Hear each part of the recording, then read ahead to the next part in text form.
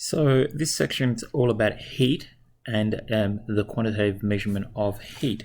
So we're going to be doing a little bit of math, but it's nothing too challenging, and I'll go through it slowly and give you plenty of example problems. So an important quality about heat is that heat will flow spontaneously from a hotter object to a colder object, but never the other way around. So when we have a glass of water with some ice cubes in it, the heat will always go from the warm water into the ice cubes. And it might seem sort of obvious, but we may as well say it. If you transfer enough heat into an object, you will actually be able to change its state. So as we start transferring heat into an object, its temperature will go up. But if eventually we get to the melting point or the boiling point, the object will actually change its physical state, maybe from a solid to a liquid, and then eventually from a liquid to a gas. So that's interesting. So when does heat stop flowing between a hotter object and a colder object? It'll stop flowing when the two objects are at the same temperature. Right? So once two objects reach the same temperature through heat transfer, then heat will stop moving. So this is often sometimes referred to as thermal equilibrium. So if you put a hot thing in contact with a cold thing, they'll both kind of become warm. So there are a couple of units for measuring thermal energy or heat. In the international system, what we call non-SI units, heat is often measured as calories, and that's often indicated with a lowercase c. And a calorie is the amount of energy required to heat 1 gram of water by 1 degree Celsius. So it's quite a logical unit of energy. And an important thing for us to remember is that 1 calorie is the same as 4.184 joules. Now, the joule is the international system measure of thermal energy, or of energy in general, actually. So we'll often talk about the international system of units, what's often referred to as Système International. That's French for international system, or SI. But really, that's just the modern version of the metric system. Now, it gets a little bit confusing because there's also what's referred to as the nutritional calorie, which is just given indicated with an uppercase C when you spell out the word calorie, and an uppercase CAL is often used as its abbreviation. So this is clearly kind of like easy to get too confused with the regular calorie. Now, the nutritional calorie we use to measure the content of food is actually 1,000 regular calories. So I guess the only reason for defining another version of the calorie is no one wants to be eating 2 million calories a day, so they just sort of divided it by 1,000. So when you look on the nutritional information on some food, you'll often see the energy content indicated with calories, CAL calories, and perhaps also in kilojoules for those people that like working in the metric or international system of units. Okay, so chemical and also physical processes can be described as being either exothermic, which means that the system gives off or gives out thermal energy. Remember, exo means outside, just like exit means to head on outside, doesn't it? Or they can be endothermic, which means that our system, the things that we're interested in studying, the things that might be represented perhaps by a chemical equation, endothermic processes take in thermal energy. So a good example of exo and endothermic processes are changes of state, and it should be obvious whether a change of state is exothermic or endothermic to you when you kind of have a think about it. So here are some familiar changes of state. When we go from a solid to a liquid, we call that melting, and it probably seems quite obvious to you, but in order to melt a solid, you have to put heat in. That is, melting is always going to be an endothermic process. When we go from a liquid to a gas, we call that evaporation, or sometimes it's referred to as boiling. And again, it's probably kind of obvious to you that in order to make that phase change, we have to put heat in. So evaporation or boiling is always an endothermic process. Now, what you notice when you go in the reverse direction from a gas to a liquid and onto a solid is that the energy changes involved are the opposite. All of those processes are heat out processes. So if I take a gas and I condense it into a liquid, energy will actually be released. And so some people say that this is why steam causes such deep burns, because when the hot steam hits your cold skin, it condenses and we get heat released as there's a transition from the gas phase to the liquid state. And of course, the steam is hot as well, right? But you've probably heard that steam causes deeper burns than liquid water. Okay, you may have even heard that when it rains, sometimes it's a little warmer, and sometimes people attribute that to water vapor turning into liquid raindrops. Okay, when we go from a liquid to a solid, that process is referred to as freezing, and it is a heat out process, which seems kind of counterintuitive, but energy is released when a substance freezes. So if a process is exothermic in one direction, i.e. when we're going from a solid to a liquid, if a process is endothermic in one direction, saying going from a solid to liquid, it will be exothermic when we head in the other direction, say going from a liquid to a solid. Okay, there are a couple of changes of state that are not as well known as the ones that we just went through. There, when we go directly from a gas to a solid, that's referred to as deposition, and it is exothermic. There are a whole variety of substances that do this. Some common ones are iodine. It goes from the vapor to the solid without going through the liquid, and sulfur is known for doing the same as well. It goes from the gaseous state to the solid without going through the liquid. The liquid just can't exist at normal atmospheric pressure and temperature. Going the other way, we can go directly from the solid to a gas. That's called sublimation, and that's going to be an endothermic process. And the most famous example of that is when we have solid carbon dioxide, aka dry ice, and that goes directly to gaseous carbon dioxide without going through the liquid phase. So dry ice is great for keeping things cold because as it warms up, it doesn't become a liquid and make whatever you're trying to keep cold get all wet. Okay, so as I mentioned previously, if a process is exothermic in one direction, it will be endothermic in the other. So you have to put heat in to get it to go one way. You're going to get heat out when you run it in the reverse direction, and that's an important concept. So this is where we start getting into the math and we get our first little formula. The specific heat capacity is the quantity of heat required to change the temperature of 1 gram of a substance by 1 degree Celsius. So it's a measure of how tough it is to heat something up, how much energy is required to change the temperature of something. So the heat that must be transferred to the object is equal to its specific heat capacity times its mass in grams times by its changing temperature in degrees Celsius. So the specific heat is a constant that depends upon the nature of the substance.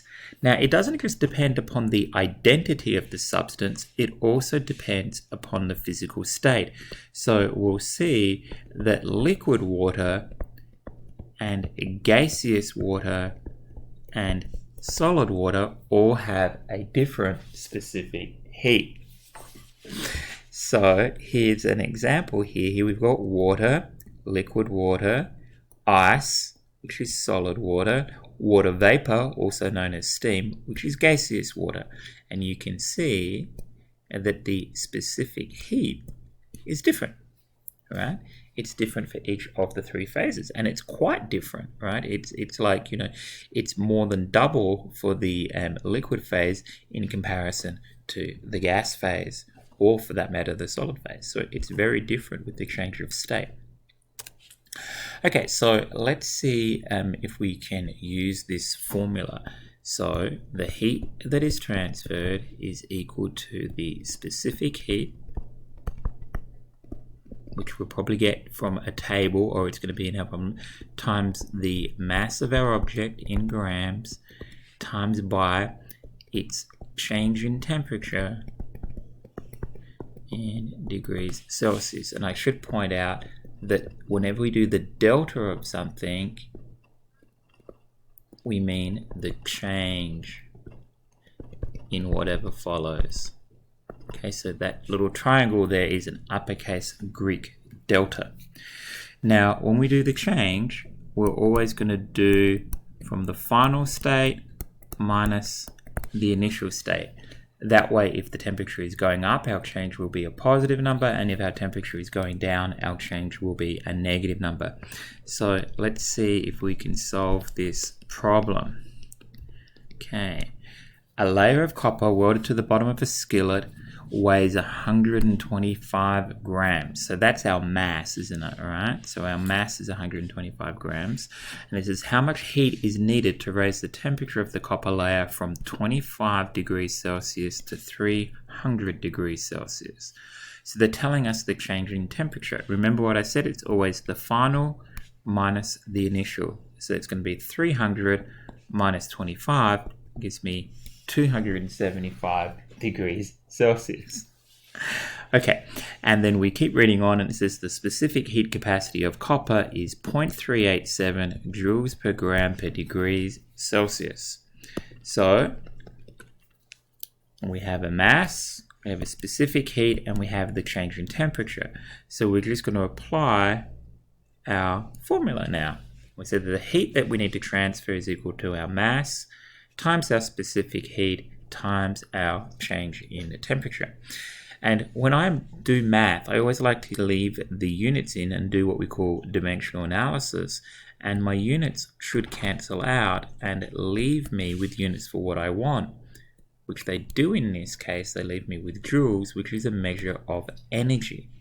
So there it is, 1.33 by 10 to the 4 joules. Okay. So there's my value. So by 10 to the 4, that just means that this value is times by 10,000. So I could write it that way as well if I wanted to. All right. So remember right back in the beginning, I said that heat, or what we call thermal energy, will be transferred spontaneously from a hotter object to a cooler object. The temperature of the hot object will go down, and the temperature of the cooler object will go up. Eventually those objects will come to the same temperature and no more heat will be transferred. When that happens, that's known as thermal equilibrium. The important thing to realize is that the heat that is lost by our hotter object is always exactly equal and opposite to the heat that is gained by our colder object. So the heat lost equals heat gained always, all right? You want to keep that in mind. So if this guy loses 10 kilojoules, the other guy is going to gain 10 kilojoules, because all we're doing is moving the heat from one place to another. So here we are. The heat lost by the hot object must be equal to the heat gained by the cool object.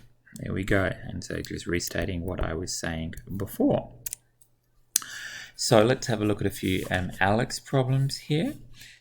This first problem is all about interconverting calories and joules. And if you remember what I said earlier on, 1 calorie, 1 lowercase calorie, is equal to 4.184 joules.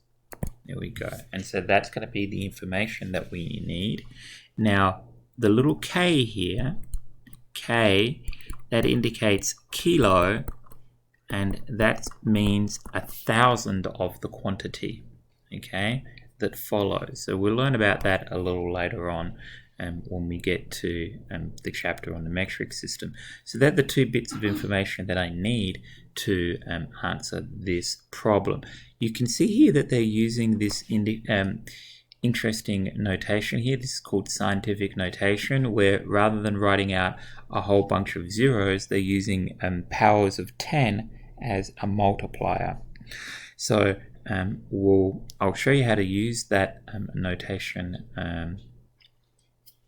in your calculator really effectively, but it's later on, but it's not that important at the moment if you're a little bit clunky entering that into your calculator.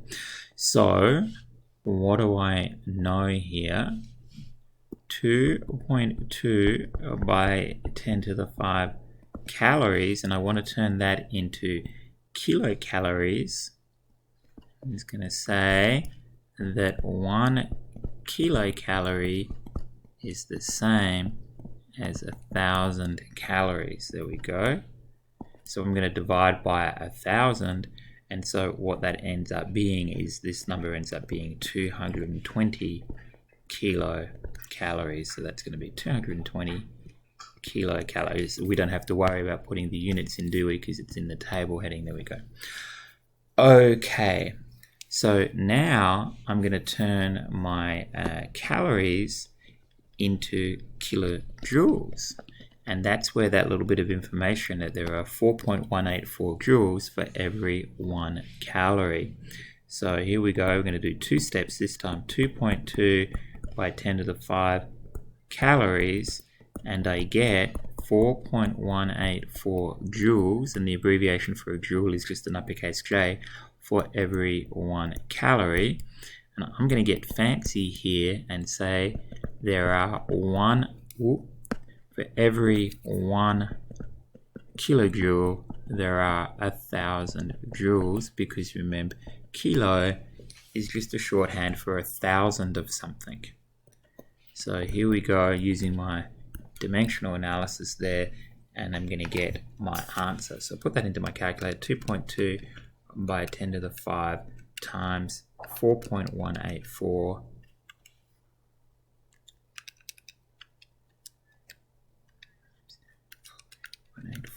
times 1 on 1,000. What do we got? I got 920. So there we go, 920. Okay, so the other problems are the same. They're just starting you off with a different unit. But there's only 2 things that you need to know in order to be able to solve these problems.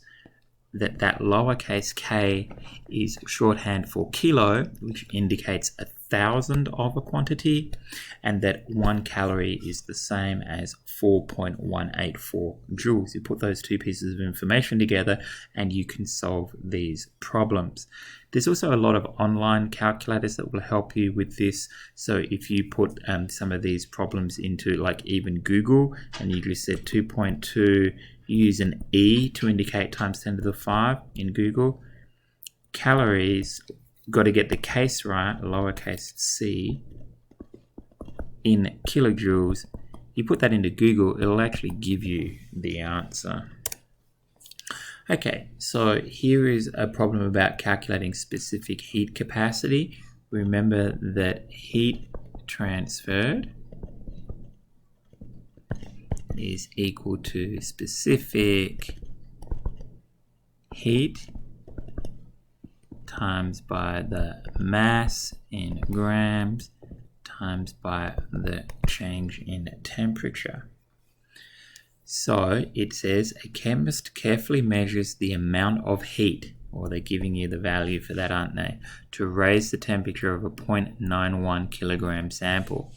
So they're giving you the mass, there we go, of a pure substance from minus 6.4 degrees Celsius, that's my initial temperature, all the way up to a final temperature of 14.3.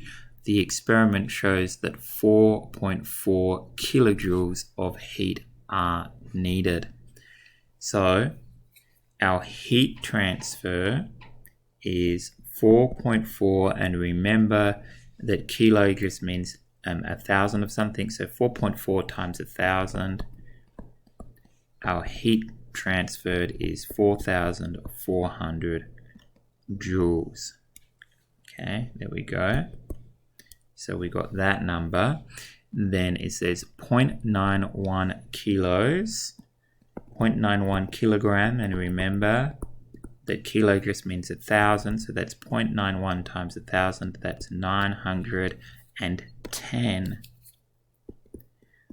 grams. So we've got our heat transferred in joules, we've got our mass in grams. Let's see if we can get our change in temperature. Remember that our delta T is just our T final minus our T initial. So that's just going to be 14.3 minus 6.4. So that's going to be 20.7, isn't it? All right. 3 minus 6.4. Whoop. 14.3 minus 6.4.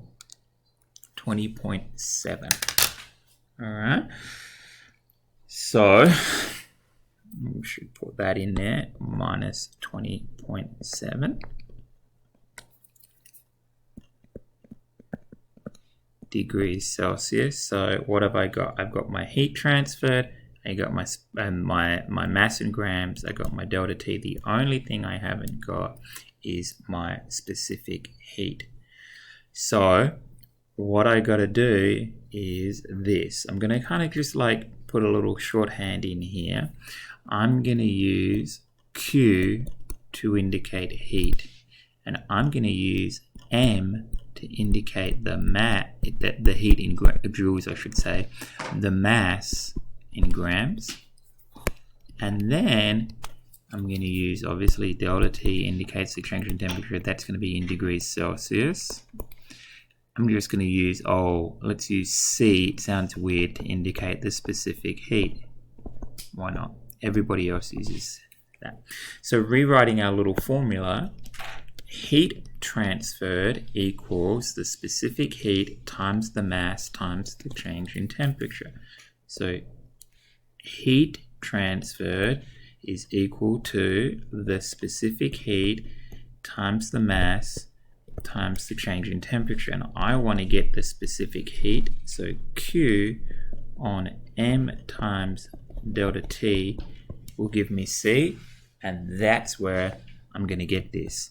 So 4,400 joules is equal to my Q divided by, and you have to have the parentheses in here, 910 grams times by my change in temperature, which was 20.7 degrees Celsius.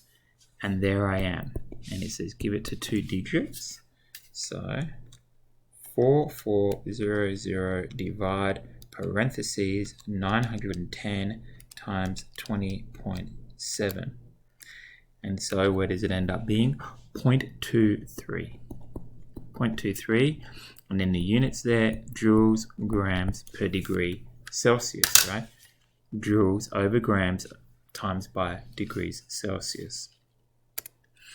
Okay, we can do a similar thing, but instead of finding the specific heat capacity, we're going to find the heat.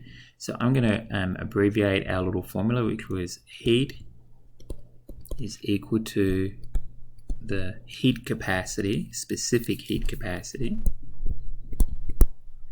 sometimes just called the specific heat, times the mass times the change in temperature. Remember, we're just going to rewrite this as Q equals C times M times delta T, just to make it a little easier to do the algebra. So calculate the energy required. Okay, so we're going to be calculating what Q is to heat 1.1 kilograms. So what is that? That's our mass. So our mass is 1.1 times 1,000, because kilo just means to times it by 1,000. So that's going to be 110, and then we need another O on the end, grams. from 12.6 to 22.7 degrees Celsius. Remember that delta T is my final temperature, 22.7, minus my initial temperature, which is 12.6. So 22.7 minus 12.6, and that's going to be 10.1 degrees Celsius. It's a positive number indicating that the temperature went up. And then now we've got the specific heat capacity. So our C is equal to 0.71 joules. Don't worry about how that's written. This means grams per degree Celsius. Don't worry about that strange notation. I'll explain that to you guys on later in the week on Wednesday. All right, so I want to get Q. Q equals mc delta T. So we got 1100 grams times C 0.710 times my change in temperature times 10.1, and there is my Q. 1100 times 0.71 times 10.1, and so that ends up being 7888.1 joules. All right, sounds good. Okay, I think we'll call it quits there. So it's a quantitative chapter. When you make your notes, you want to include plenty of example calculations so you can look at how things are done. So it's take your time with it. Don't freak out because of the math. It'll be okay. And if you're having any trouble, just let me know.